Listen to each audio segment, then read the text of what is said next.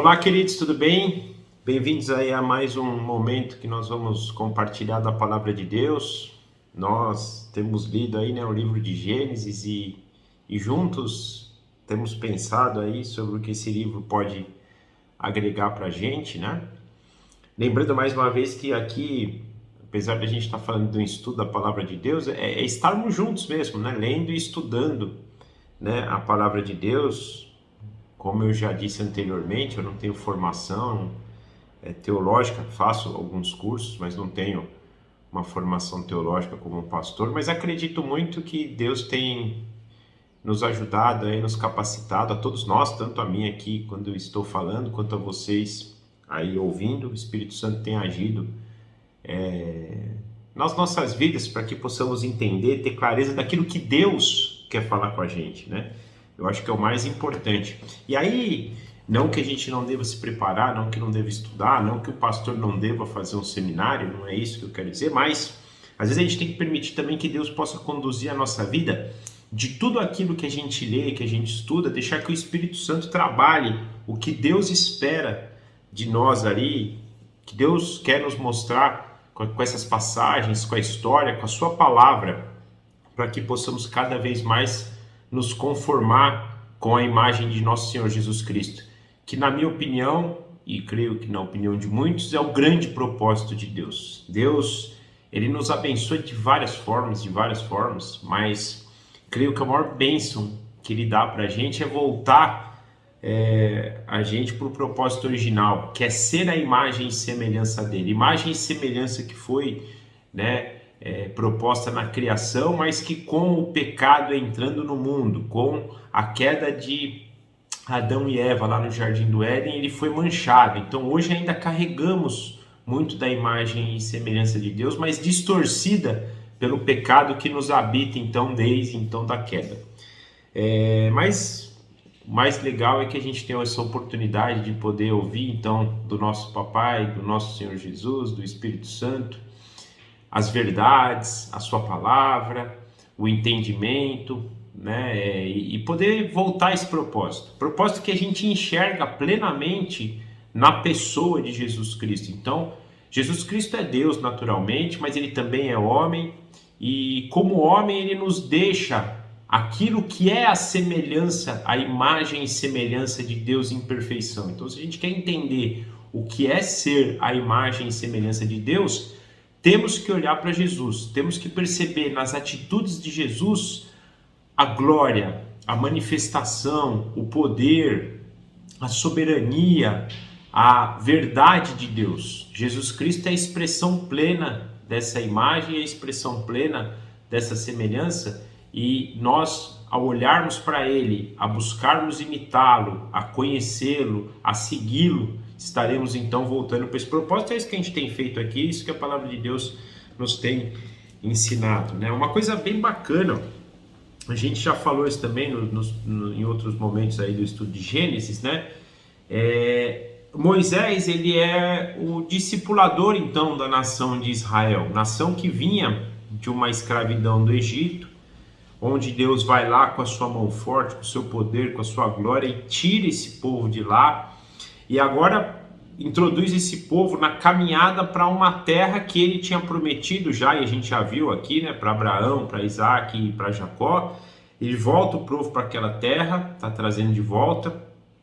Só que é um povo que viveu 400 anos em escravidão, um povo que absorveu a cultura, a religião, né, os ensinamentos dos egípcios, né? Então é um povo imerso na cultura egípcia. E Moisés tem esse papel também, ele recebe essa missão de Deus também, de discipular o povo voltando para aquilo que é a palavra de Deus.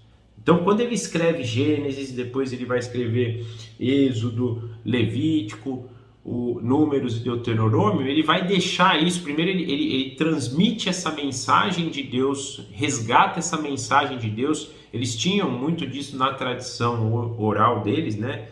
Eles carregavam, mas agora Moisés põe isso, né, em escritos para que eles fossem discipulados e pudessem discipular as gerações futuras que estariam então na Terra Prometida. eu olho muito para esse estudo que a gente está vendo, percebo muito disso aqui, né? Acho que nós temos percebido muito disso, de alguém discipulador discipulando esse povo, trabalhando de forma didática aquilo que Deus espera deles, em contraste com toda aquela cultura que eles tinham recebido, então, na época da escravidão, na época do Egito. E muito das histórias de Gênesis vão trazer, primeiro, o contexto histórico. Então a gente já falou, né, que é para mostrar para eles, desde a criação até o momento que eles vão para o Egito, o que aconteceu, e dentro de histórias de pessoas, de situações, o que Deus espera, ou o que o homem sem Deus faz e as consequências que isso traz, para nos dar esse entendimento. Então a gente tem visto muito isso, e hoje a gente vai entrar, eu fiz até um pouquinho dessa introdução, que a gente vai perceber isso. E uma outra coisa que eu acho que é importante também a gente perceber, e agora nós vamos passar para um momento da história, que são os descendentes de Israel, os descendentes de Jacó. Então nós estamos chegando ao final já do relato principal, né, de Israel.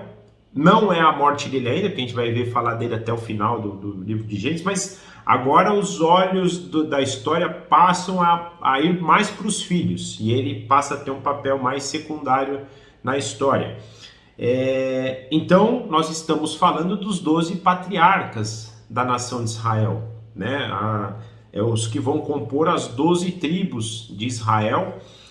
E meditando sobre isso, sobre esses patriarcas, e aí me veio junto com essa meditação a escolha de Jesus dos 12 apóstolos, porque a gente vai ver inclusive em Apocalipse muito isso, né? Os 12 pais, os 12 apóstolos, os fundamentos, né? Eles como fundamentos, como portas.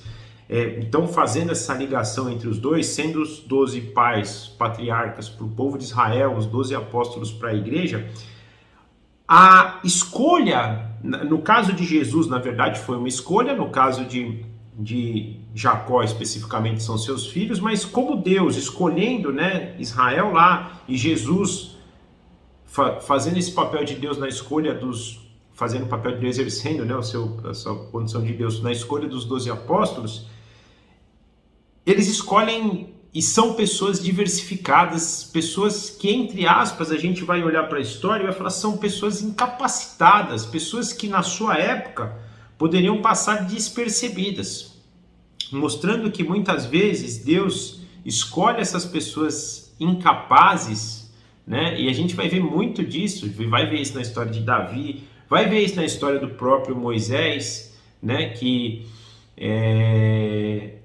não é a pessoa mais adequada para ser líder, inclusive porque na época, só um instantinho, até porque na época dele nem vivia com o povo hebreu, vivia lá no palácio, mas a gente vê também a escolha dele, vê tantas escolhas, né, de Deus, de pessoas incapacitadas, mas para mostrar que mais do que isso, né, Deus escolhe aqueles que ele pode mexer, que ele pode capacitar. A gente vai perceber muito na história do povo de Israel, que quando eles se permitem a esse discipulado, a tendência é eles caminharem pelo caminho de Deus. Quando eles se afastam do discipulado, eles se afastam da verdade, eles se afastam da palavra de Deus, eles vão falhar, né? Isso vai ser a nossa história, foi a história dos apóstolos também. Ou seja, se a gente não se permitir ser discipulado por Deus a todo momento, por mais que a gente, vamos imaginar que a gente já tem uma caminhada aí de 50 anos, né, no Evangelho, eu não posso deixar de ser discipulado, porque mesmo com 50 anos eu posso tender a cair. Uma coisa que me chama muito a atenção é o contraste da vida de Salomão, por exemplo, né? A gente vê até todo mundo focar em Salomão do lado positivo, e realmente tiveram muitas coisas positivas, né? Ele foi alguém que gozou da sabedoria de Deus, foi alguém diferenciado na sua época, um rei diferenciado, um rei sábio, um rei que buscou a Deus, em muitos momentos conseguiu seguir o caminho de Deus, sendo abençoado em poder construir o templo, uma casa para Deus em determinado momento, onde a glória de Deus encheu aquele lugar. Escreveu o livro de Provérbios, livro de Cantares, que a gente usa muito bem, né? E dado momento ele se perde na história, mostrando que às vezes a gente pode achar que está já firme, forte, mas se a gente em qualquer momento dessa caminhada, mesmo com 40, 50, 60, 70 anos de caminhada com Cristo, se afastar dele, a gente vai cair, porque Salomão, por exemplo, ele teve a oportunidade, a bênção, o prazer, o privilégio de construir o templo de Deus naquele momento, onde a glória de Deus habitou na antiga aliança. Por outro lado, é alguém que carrega e vai carregar para toda a eternidade a maldição de, por causa da sua infidelidade em dado momento da tua vida, ser responsável pela separação da nação. A nação se separou entre 2 tribos e 10 tribos, povo do sul e povo do norte, por causa da infidelidade de Salomão, que ao usufruir de tudo aquilo que Deus tinha capacitado ele das bênçãos, permitiu, e eu acredito que é por isso, porque fala que foi porque ele seguiu suas mulheres, mas a gente vai ver o contexto, por que ele teve tanta mulher, e a gente vai começar a perceber que isso foi para expansão, para crescimento, para poder, né? Então por essa ganância, por essa arrogância, e aí seguiu suas mulheres nos caminhos que elas andavam, de falsos deuses, de outras religiões. Ele foi responsável então por essa infidelidade, por seguir então os deuses das suas mulheres, pela separação. Então é um contraste. Aí tem o terceiro livro que ele escreve, que eu não comentei anteriormente, que é Eclesiastes, que nos mostra isso. Ele no final reconhecendo que apesar de tudo virou tudo vaidade, porque no final um pequeno, não sei se foi pequeno, estou dando um exemplo aqui de você ver, mas um afastamento dele daquele que dava tudo isso para ele, trouxe para ele uma falta de sentido muito grande. Ou seja, mostrando para a gente que mesmo que eu tenha sido escolhido em dado momento, se eu não estiver aberto ao discipulado, à comunhão, ao relacionamento com Jesus, eu vou cair em dado momento. Posso ter andado a minha vida inteira por bons caminhos, ter feito coisas maravilhosas, mas um pequeno deslize, onde eu não me considero mais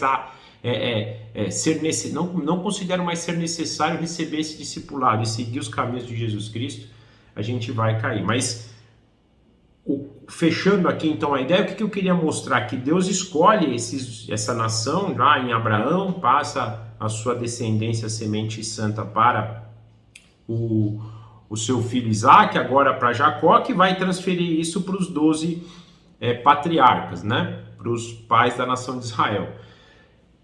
Mostrando que a escolha não vem por justiça, a gente tem visto até agora, e nós vamos ver pelos 12 aqui agora quantas coisas ruins eles fazem, mostrando que não vem pela justiça dos homens, aliás, aqui se a gente for colocar a justiça dos homens para Deus, não passa de um trapo de imundícia. Naquela época o trapo de imundícia era usado para conter a menstruação da mulher, ou seja, para Deus, se a gente for se apresentar com a nossa justiça, nós causaríamos nojo, né? Seríamos enojados, como um trapo de imundícia, que era enojado na época. Mostrando que Deus não escolheu esses 12 aqui, como não escolheu Jacó, que a gente tem visto tudo que Jacó aprontou, não escolheu Isaac, não escolheu Abraão, pela justiça deles, mas porque é um Deus misericordioso, gracioso, que escolhe incapacitados para poder capacitá-los. E quando a gente se permite isso, né? E aqui tem um contraste também, porque eu falo quando a gente se permite, é aquela questão da soberania de Deus com a nossa responsabilidade, né? Deus que já determinou isso está no comando dele, até isso é nosso. Mas também isso não tira a nossa responsabilidade. Gente, eu não sei explicar isso até hoje, né? Mas não podemos esquecer isso. Deus já escreveu toda a história na eternidade.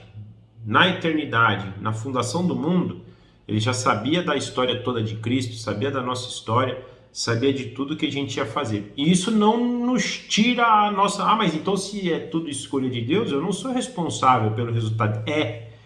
A gente tem a nossa responsabilidade, né? Então, às vezes, a gente é Deus que vai nos capacitar e nos vai dar a direção para ser capacitados, mas por um outro lado, se a gente não também responde a isso, nós somos responsáveis por não querer ser discipulados e capacitados por ele. E a gente vai ver isso na nação de Israel muitas vezes, nós vamos ver até aqui nesses pais. Então, eu quis fazer essa introdução para a gente poder entrar aqui hoje na história dos filhos agora de Jacó e a gente poder aplicar um pouco disso para a nossa vida, pensando, né, que são pessoas que Deus escolheu para formar seu povo agora, e a gente vai ver o quanto que eles são, da mesma forma que a gente tem visto Abraão, Isaac e Jacó, nós vamos ver o quanto eles são falhos também, e Deus, na sua longanimidade, na sua paciência, na sua misericórdia, continua fiel a essa nação, né? Mesmo diante de tudo isso. Mas por quê? Porque ele quer capacitar, ele sabe, vocês são incapacitados hoje, olha os absurdos que vocês cometem, mas vocês podem, não é só um apontar o dedo para o erro, mas é apontar um dedo para o erro para que haja conhecimento desse erro e se busque a solução, se busque o caminho, se busque a evolução. Eu comecei falando nessa aula exatamente isso, né? Nós somos hoje então chamados para parecer a Cristo e não fazemos isso isoladamente. Deus hoje nos dá o Espírito Santo para nos dirigir para este caminho, né? E nós podemos olhar nessas histórias como exemplos então para a gente poder caminhar, né? Mas vamos então começar o capítulo 34 hoje, né? Nós terminamos no 33 da semana passada. Vamos orar rapidamente e aí a gente já entra então no estudo. Papai, muito obrigado por mais uma vez a sua palavra nos alcançar. Nós temos a oportunidade de abrir abrir as Sagradas Escrituras e poder se debruçar naquilo que o Senhor tem a nos falar. Pedimos humildemente que o seu Espírito nos dirija nesse momento e a gente possa seguir os teus caminhos. Nós entregamos esse momento nas tuas mãos e te agradecemos em nome de Jesus. Amém. Então, gente, 34, começando do versículo 1 ao versículo 7. Certa vez, Diná, a filha de Lia, a filha que Lia dera a Jacó, saiu para conhecer as mulheres daquela terra. Siquém, filho de Amor, o Eveu, governador daquela região, viu-a, agarrou-a e a violentou. Mas o seu coração foi atraído por Diná, filha de Jacó, e ele amou a moça e falou-lhe com ternura. Por isso Siquém disse a Amor, seu pai: consiga-me aquela moça para que seja minha mulher. Quando Jacó soube que a sua filha Diná tinha sido desonrada, seus filhos estavam no campo com os rebanhos e por isso esperou calado até que regressassem. Então Amor, filho de Siquém, foi conversar com Jacó. Quando os filhos de Jacó voltaram do campo e souberam de tudo, ficaram profundamente entristecidos e irados, porque Siquém tinha cometido um ato vergonhoso em Israel, ao deitar-se com a filha de Jacó, coisa que não se faz. Então aqui lembrando só, Jacó volta, né, de Padã Arã, que era a cidade que ele estava lá com o seu sogro Labão. Tem todo aquele processo que Labão chega até ele, Deus protege e preserva eles. Depois do encontro com Esaú, também vemos Deus agindo na história. Ele chega finalmente na terra prometida, de novo em Canaã, na cidade de Siquém, e aí acontece essa situação. Diná sai sozinha. Diná era uma filha, a gente viu também, né, na semana passada, uma filha que Lia deu para Jacó. Diná resolve sair sozinha para conhecer as mulheres daquela terra, e com isso um dos filhos da terra, lá um dos filhos do governador Siquém, filho de Amor, a vê, a deseja e a violenta. Aqui, gente, é violento mesmo, pelas pesquisas que eu fiz, não foi consensual, foi um estupro, né? Colocando em palavras atuais. E aqui eu chamo a atenção a algo importante, né? Primeiro, ela saiu sozinha, e aqui nos mostra uma coisa importante, e lembrando que eu falei da questão do discipulado, Moisés vai trabalhar muito isso no povo de Israel, né? E a gente vai perceber lá depois que quando Deus dá a lei para Israel, está falando para não se misturar com o povo daquela terra. Inclusive Deus foi enfático que Israel deveria exterminar todo aquele povo, porque a iniquidade deles tinha chegado a tal maneira que já não tinha... Deus esperou a iniquidade deles chegar a tal maneira, a iniquidade dos cananitas, para que Israel exercesse justiça, né? Ao retomar a terra prometida e executasse justiça sobre todos eles, né? Então isso não vinha de um ato maldoso de Deus, mas um ato de justiça, porque a iniquidade deles tinha chegado a tal ponto que já não tinha mais como segurar. E a gente começa a perceber aqui, Porque nesse momento, quando ele a violenta, não tem nada a ver com amor, com sentimento, tem a ver com desejo. Depois a gente vai ver que o coração dele foi atraído, mas até o momento aqui não. Era um ato, né, de alguém mal, de um povo que está caminhando para uma situação muito ruim. E um dado importante, porque ele vai falar, tá vendo? Essa moça saiu sozinha, primeiro que para a época já era errado e até hoje é errado. A gente precisa tomar cuidado com isso. A gente deixa muito hoje as pessoas livres, principalmente nossas filhas. Gente, a gente precisa tomar cuidado com isso. Ah, não, mas a gente precisa formar eles para o mundo, precisa liberar eles para o mundo. Eu acho que proteger demais é perigoso, mas também abrir demais é perigoso. Aqui, vendo uma notícia aqui, né, há umas 2 semanas atrás, por exemplo, teve uma moça de 21 anos, a cidade é São João alguma coisa, o nome da cidade, uma cidade relativamente pequena, que a gente pode pensar, poxa, mas lá não tem violência, lá não tem... Menina de 21 anos, acho que deve ter saído aí nos jornais também, foi morta num domingo de manhã, andando sozinha, morta. Ah, mas poxa, a luz do dia no sol. Pois é, a luz do dia no sol. Então, por que uma moça foi sozinha, né? Eu acho que a gente precisa tomar cuidado com isso. Eventualmente a gente vai ter situações que a gente vai ter que ir sozinho, não tem jeito. Às vezes eu vou ter que ir para uma escola, vou ter que ir para um trabalho e coisa assim, mas a gente precisa começar a julgar se é necessário, porque senão a gente vai estar exposto a isso. E o mundo está caminhando para isso cada vez mais. A gente tem visto aí o quanto, né, pessoas sofrem, né, nessas questões sexuais. Então é o que aconteceu aqui, não deveria ter ido. Por que ela não, se ela queria conhecer, primeiro que Moisés vai trabalhar esse conceito que já nem deveria conhecer lá para os israelitas, mas já que foi, por que não deixou um dos irmãos vir, vamos lá comigo, quero conhecer, aí teria protegido. Ela foi sozinha porque provavelmente não estaria fazendo algo correto, ela foi penso aqui que não era algo 100% aberto, provavelmente Jacó deve ter falado, não se mistura, e ela, eu vou sozinha, né, escondida para ver, ou então... Mesmo que não acontecesse isso, e se não tivesse, ela foi imprudente, porque ela poderia ter falado, se Jacó não tivesse proibido, ela podia ter chegado para o irmão e falar, vamos comigo lá, qualquer hora, para eu conhecer as moças da terra, ia estar protegida, ia estar com um homem, ia estar, né? E não, vai sozinha. Então, esse fato aqui de se tornar totalmente independente, trouxe consequências. Às vezes a gente precisa tomar cuidado com isso, porque Deus nos constitui para que a gente possa andar em comunhão, andar em conjunto. Gente, uma das coisas mais lindas do mundo é a gente estudar a doutrina da Trindade, né? E a doutrina da Trindade a gente vê então em toda a eternidade Deus Pai, Deus Filho e Deus Espírito Santo juntos, exceto em um momento. No momento que Jesus está pagando pelo nosso pecado, porque ali Deus estava derramando a justiça dele sobre seu Filho. É o único momento. Tanto é que na minha leitura de quando Jesus está orando no Getsemane, Senhor, se possível, afasta de mim esse cálice, não tem a ver com que ele ia passar na cruz a nível de sofrimento carnal. Não tem a ver.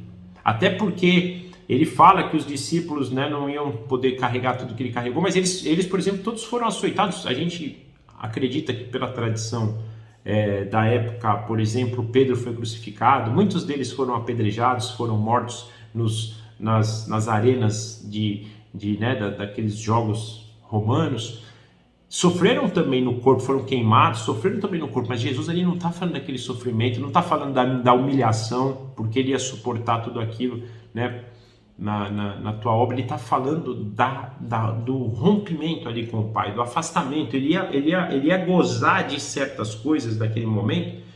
Ele ia gozar desse afastamento, algo que ele nunca tinha feito na eternidade. Então, por um determinado momento, ele ficou longe do Pai, ele ficou longe do Espírito Santo, porque ali ele estava carregando sobre si o nosso pecado, que causou ruptura. Ali houve a ruptura, ele carregou o que era a ruptura que era para nós, ele carregou sobre ele, para que nós pudéssemos ter união. Então, ele simplesmente se afastou naquele período, e naquele período ele viveu sozinho. E por que eu digo isso? Porque nos mostra que às vezes esse negócio de nós de querer viver sozinho não acontece, não pode. Nós fomos criados, E aí, voltando à questão de ser criados à imagem e semelhança de Deus. Se nós fomos criados à imagem e semelhança de Deus e sabemos que Deus nunca viveu sozinho, por que que nós, buscando a imagem e semelhança dele, vamos querer viver sozinhos? Não fecha a conta, não tem sentido, né? Então, é uma das coisas importantes para a gente tirar desse texto aqui e a gente tomar esse cuidado. Mais uma vez, gente, eventualmente a gente vai ter que ir para um trabalho, eu vou estar lá sozinho, né? Vou para a escola, que seja, mas não é o meu desejo ali. Depois eu vou encontrar pessoas, e se eu puder não ir sozinho, é melhor, porque quando tem dois, quando um cai é mais fácil do outro da mão, né? Então é importante isso. Mas avançando, aí a gente vê a maldade aqui dele, só que aí dentro essa maldade se transforma em amor, porque a gente percebe no versículo 3, ele então, o coração dele se sente atraído, ele ama a moça, né? Olha a palavra que fala no 3, ele amou a moça e falou-lhe com ternura. Então a violência se torna em ternura, e aí ele pede para o pai dele, quero casar com ela, me dá essa moça, né? Aqui também mostra, talvez um menino bem mimado, né? Mostrando assim como era a cultura também da época, e já tinha isso na época, né? A gente fala que são as gerações que estão vindo, mas a gente está percebendo que isso também já vem desde a antiguidade.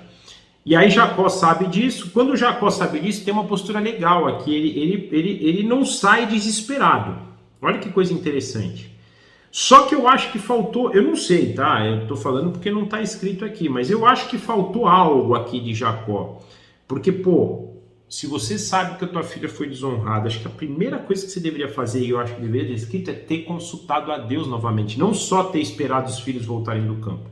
Ele teve um ato positivo de não se vingar de cara, e isso acontece, né? Às vezes um pai, quando vê a filha violentada, a primeira postura no impulso que ele vai ter vai ser de vingança. Ele não tem essa postura. Uma errada que eu acho que não tem, eu digo acho porque não está nem positivo nem negativo, mas eu teria ficado feliz se tivesse aqui e ele consultou o Senhor. Então nessa situação acho que o ideal seria, ele não fez nada, mas consultou ao Senhor, né? E de qualquer maneira ele não fez nada e esperou seus filhos voltarem para que pudessem juntos tomar uma decisão. Nesse momento, enquanto isso, né, o pai procura, o pai de Amor, né, o pai de Siquém, Amor, procura a Jacó. Seus filhos voltam do campo também, ficam malucos, ficam irados, entristecidos, né, pelo fato de Siquém, porque também ficou claro que ele estuprou a moça, né? Eles ficam malucos com tudo isso, mas se colocam lá para ouvir então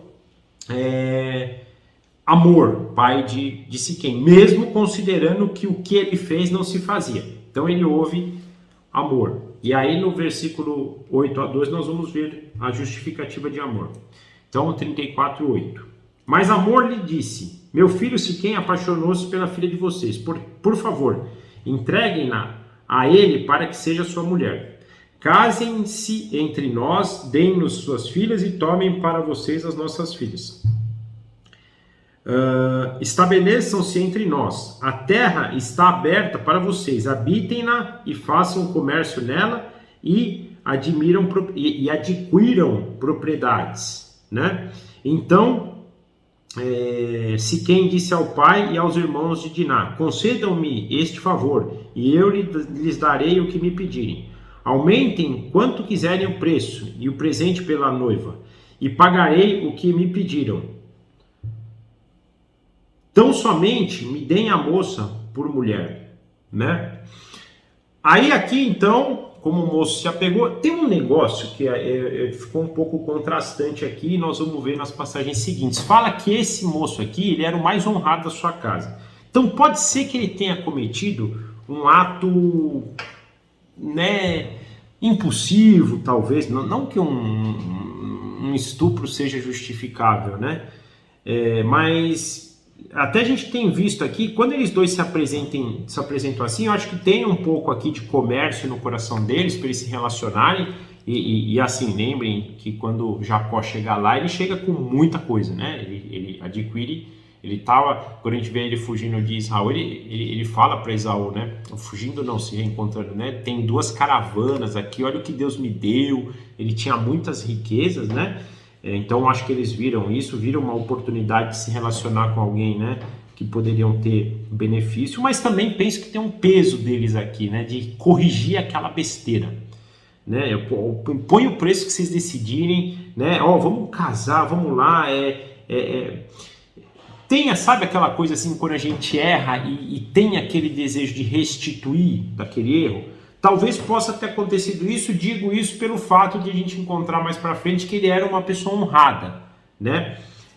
Então pode ter acontecido isso também, mas o mais importante é que ele então depois ao se apaixonar vai lá, fala com o pai, eles vão procurar tanto Jacó quanto os filhos dele lá para que eles pudessem então pedir a moça em casamento e tentar, entre aspas, restituir a maldade que o filho tinha feito. Agora do 13 ao 17, os filhos de Jacó, porém, responderam com falsidade a Siquém e a seu pai Hamor, por ter Siquém desonrado Diná, a irmã deles. Disseram: não podemos fazer isso, jamais entregaremos nossa irmã a um homem que não seja circuncidado.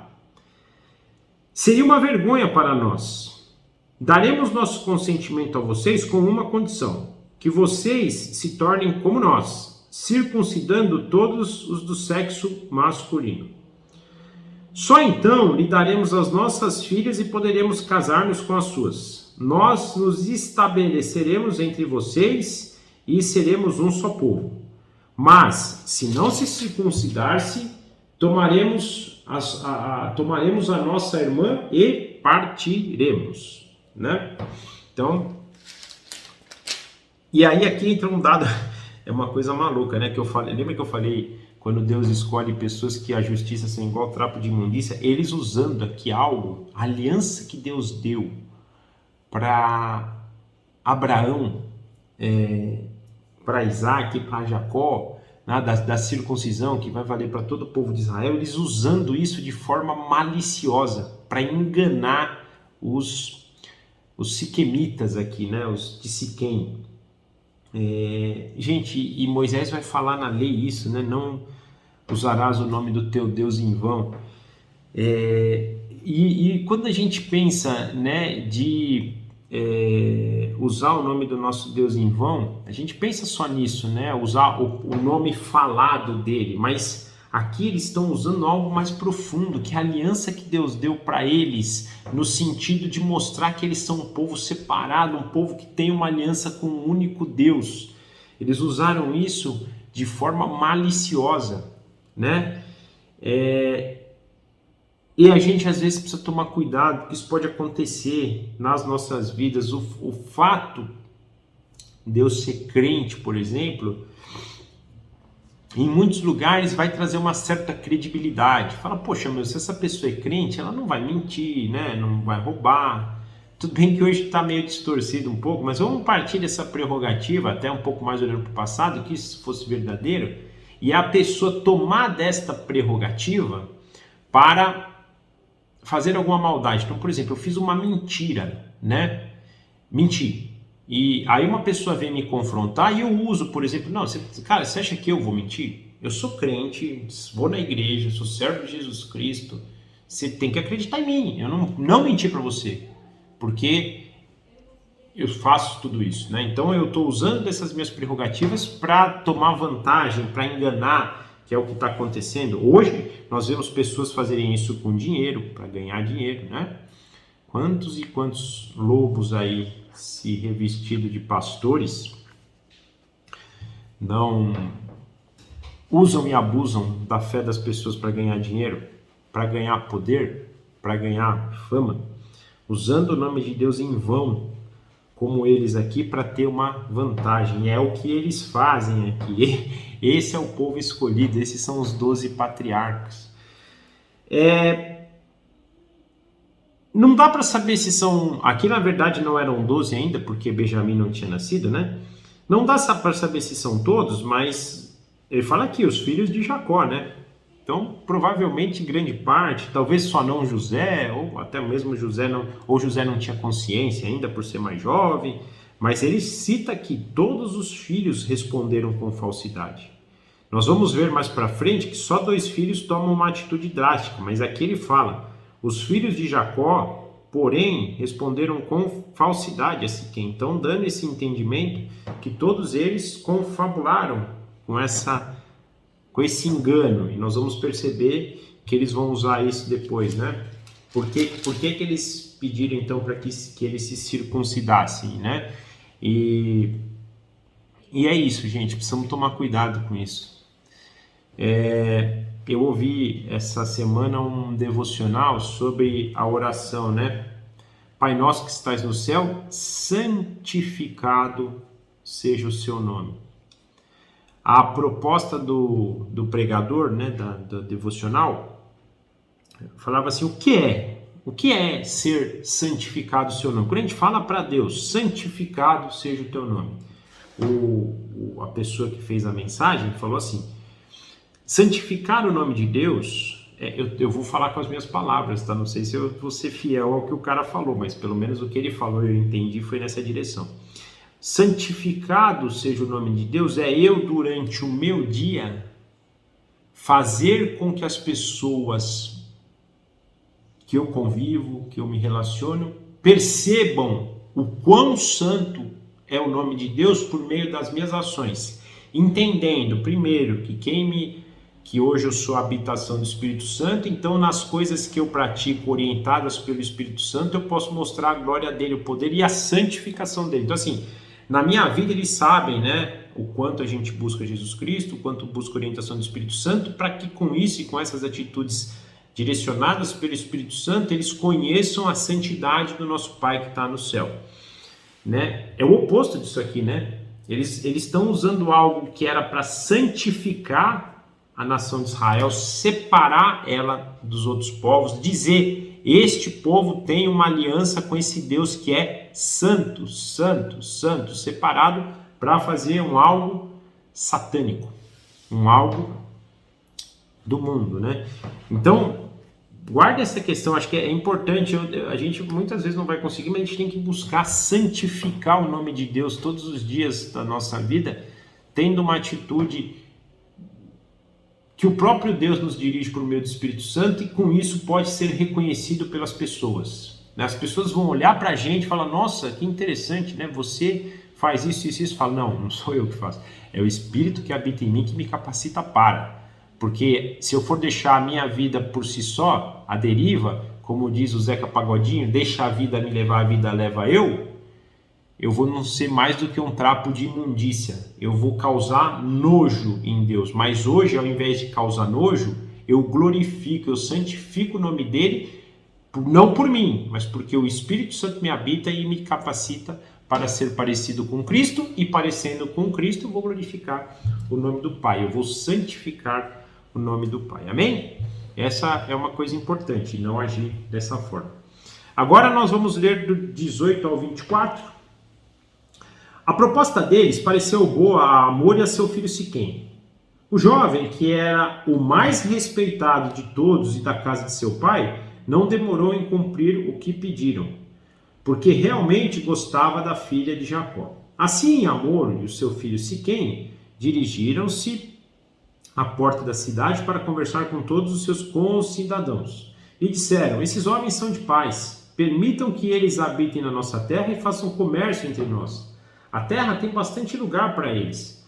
Podemos casar com as suas filhas e eles com as nossas. Mas eles só consentirão em conviver conosco como um só povo, sobre a condição de todos os nossos homens sejam circuncidados como eles.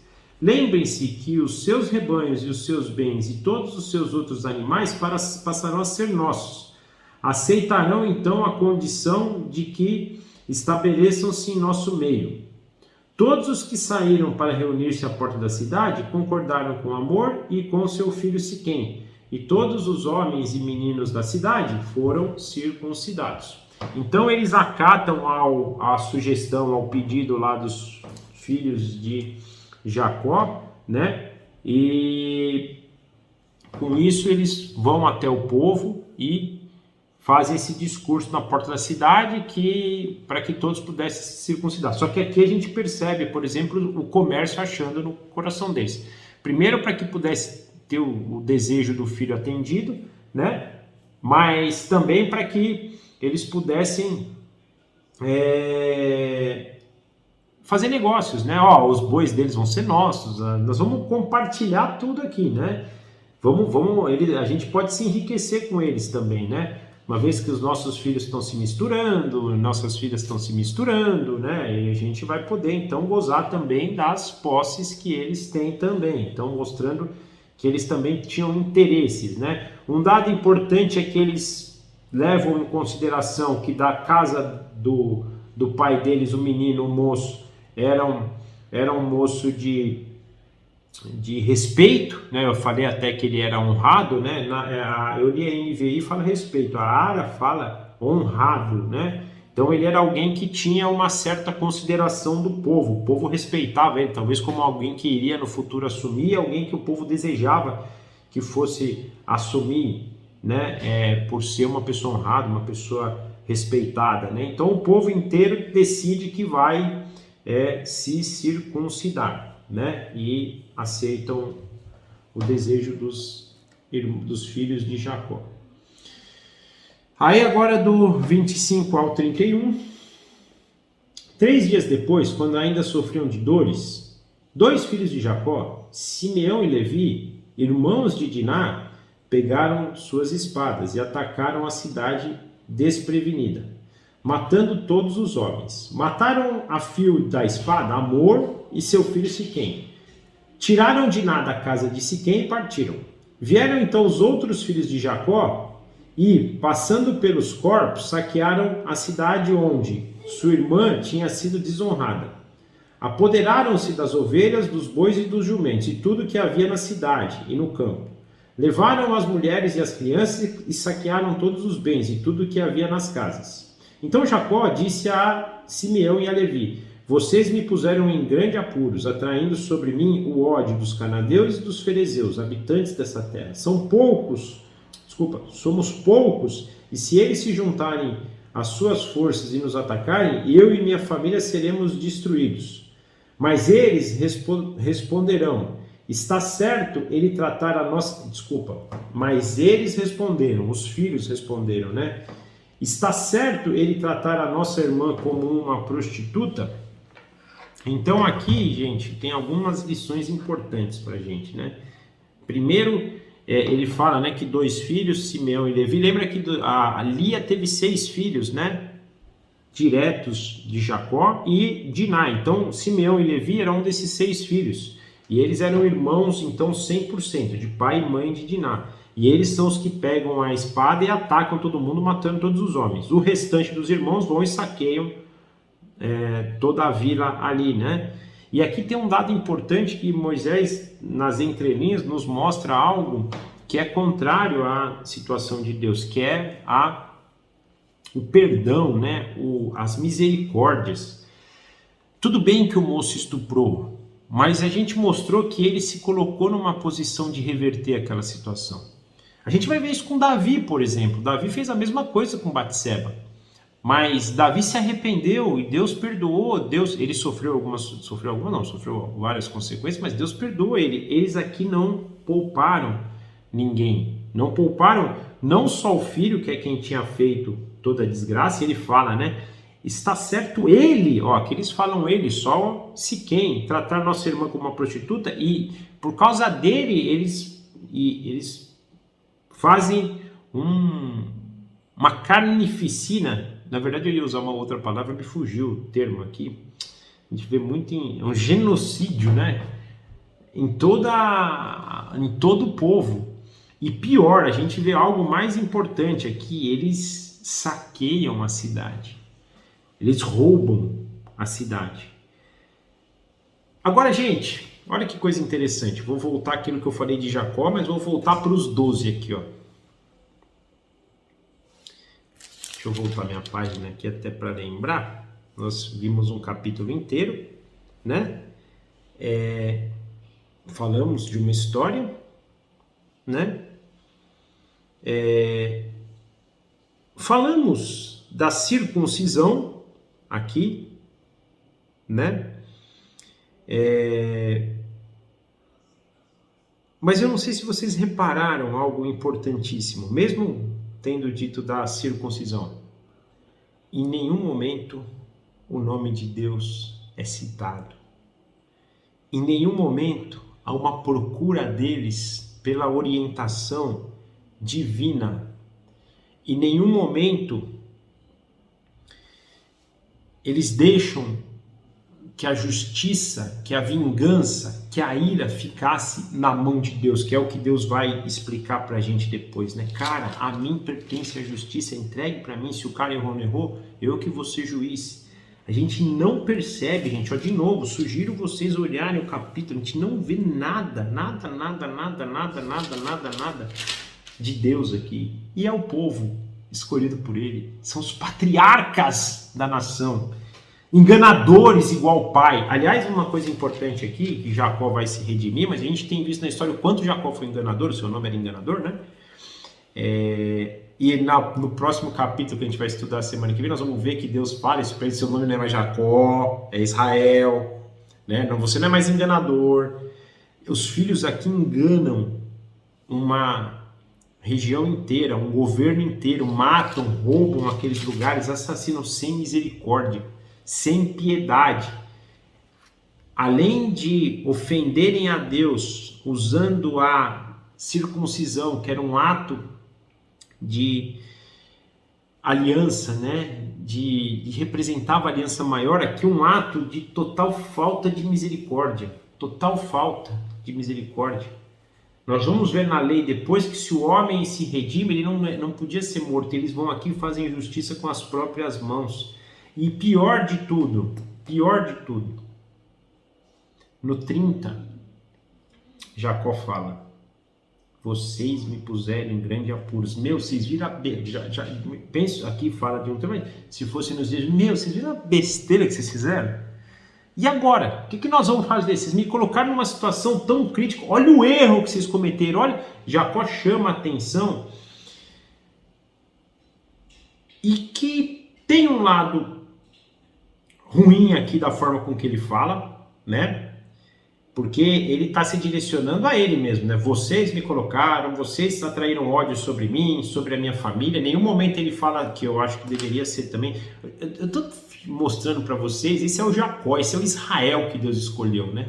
Em nenhum momento ele fala, cara, vocês pecaram contra Deus, né?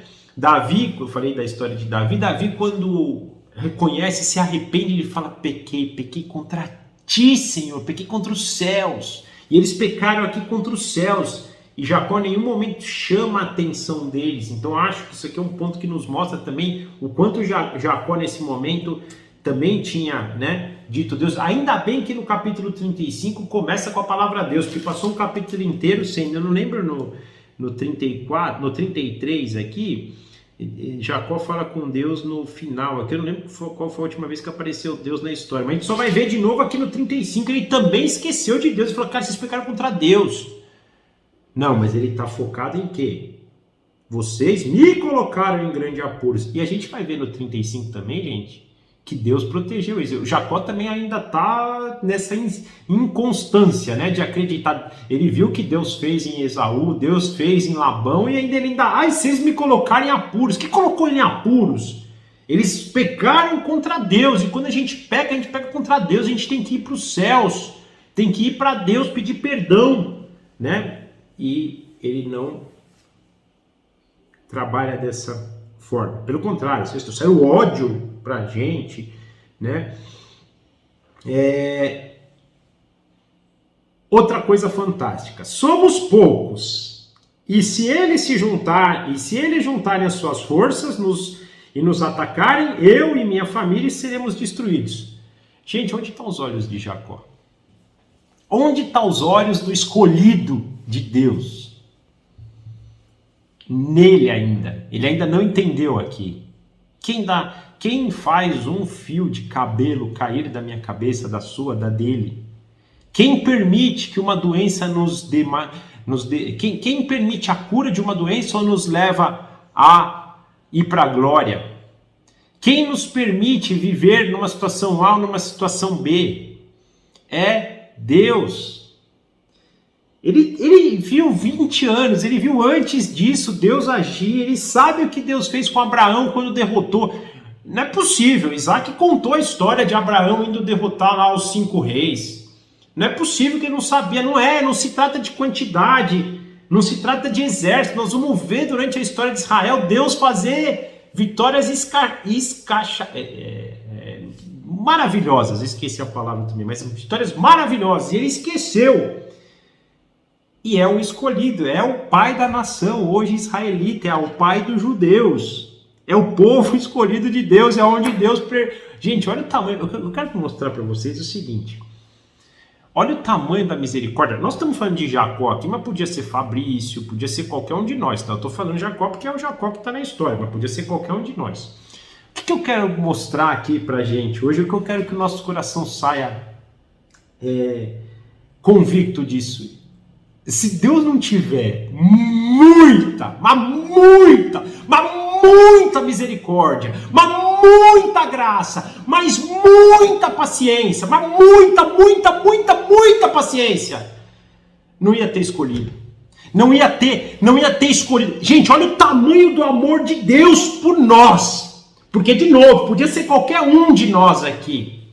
Se Deus não nos amasse de tal maneira, não tinha escolhido, porque a justiça dos homens perante Deus é trapo de imundícia, é enojante. Deus ia ter nojo de qualquer ser humano, de qualquer. Não tem uma senhora que vai na igreja que não é nojenta perante Deus. Não tem um homem que vai na igreja que não seja nojento perante... Quando eu estou falando nojento, é a justiça, tá, gente? Porque nós fomos criados à imagem e semelhança de Deus, e quando nós nos entregarmos para Jesus Cristo e vivermos revestidos do Espírito Santo, seremos pedra preciosa, não por nós, por Deus que habita em nós, que é o nosso propósito. Mas enquanto não, somos Jacó, que não acredita no poder de Deus.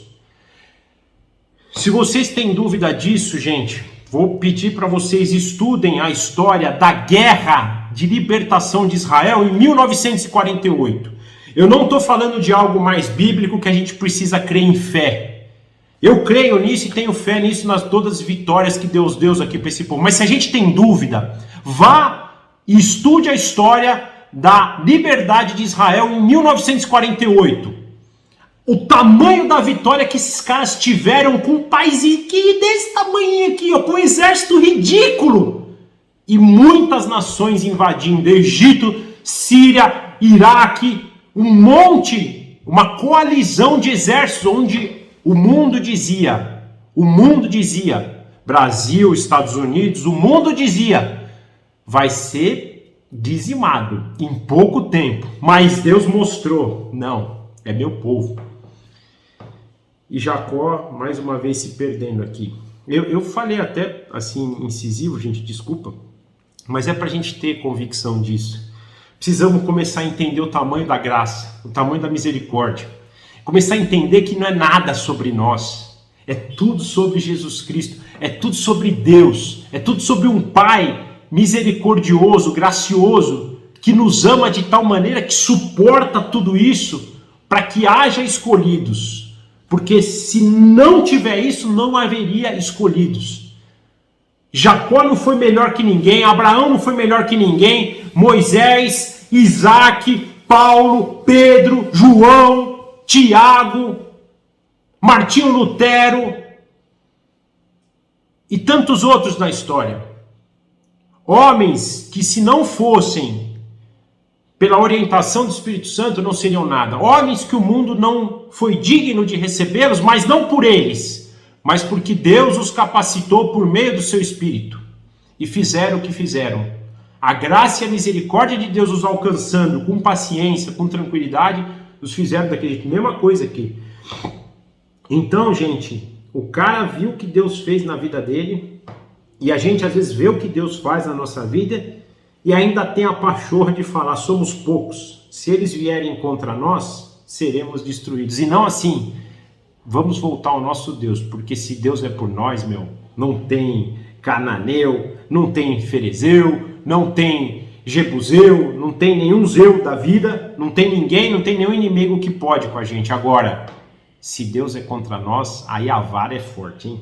Aí nós temos que ter essa convicção, nós precisamos sair daqui fortalecido com isso, com esse entendimento, da gente não deixar passar um capítulo da nossa vida sem ter a menção de Deus, sem ter a procura a Ele, sem entregar a vingança para Ele. É muito difícil isso, gente. Eu estou falando isso para vocês, mas estou deixando Deus ministrar meu coração agora.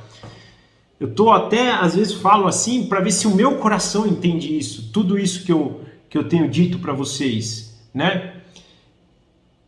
Entra no meu coração, arraiga isso, tira esse Jacó de dentro de você. A vontade que eu tenho agora é de rasgar meu peito e falar, tira esse Jacó de dentro de você, Fabrício.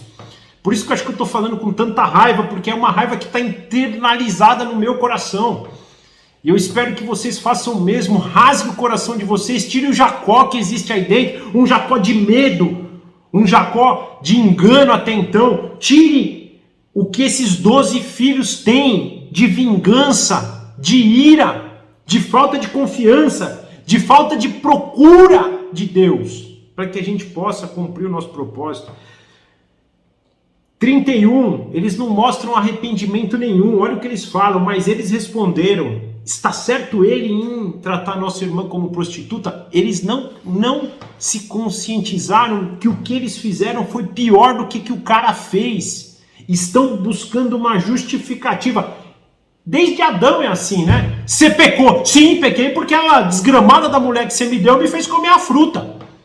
O fruto é o homem. Pô, por que você mentiu? Conhece a fera? Se eu não mentisse, eu tava frito. Por que você não fez isso? Ah, porque o fulano lá fez aquilo. É a síntese nossa, né?